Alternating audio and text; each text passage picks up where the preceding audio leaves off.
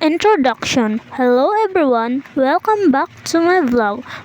For today's lesson in this discrete mathematics for IT, I'll be talking about four main topics: sets and relations, logics, proofs, techniques, and counting the combinatorics. Let's start.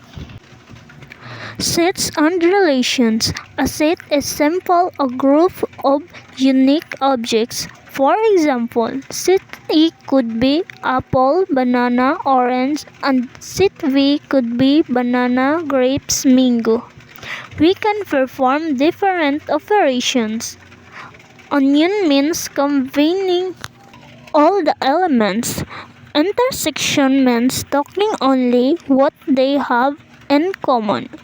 Complement means talking what is outside the set. Relations show how elements are connected. For example, in social media, friendship is symmetric. If I'm your friend, you're also my friend. And computing sets and relations are very useful in database, graphs, and algorithms. Logic deals with statements that are either true or false. For example, let's see. P means it's raining. Q means I have an umbrella. We use connectives like not to flip the truth and which is only true if both are true, or which is true if at least one is true. Logic is very important in IT because it is applied in programming circuits and artificial intelligence. There are different styles. A direct proof is step-by-step reasoning. Contrapositive proofs the opposite form. Contradiction assume the opposite until it leads to an impossible case. Induction proves the first case, then show it work for the next, and so on. NIT proofs are used to check if algorithms are correct and reliable. Counting and combinatorics. Counting tell us how many possible outcomes can we have.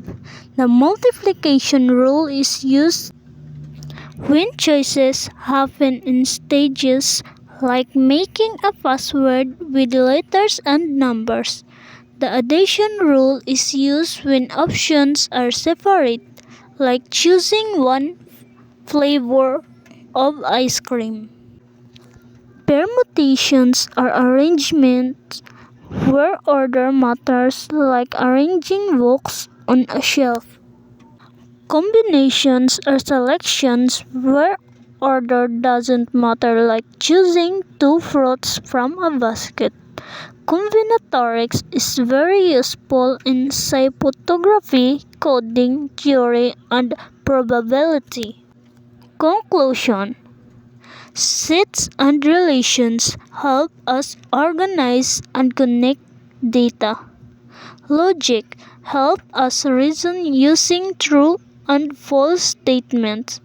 Proof techniques make sure our solutions are correct.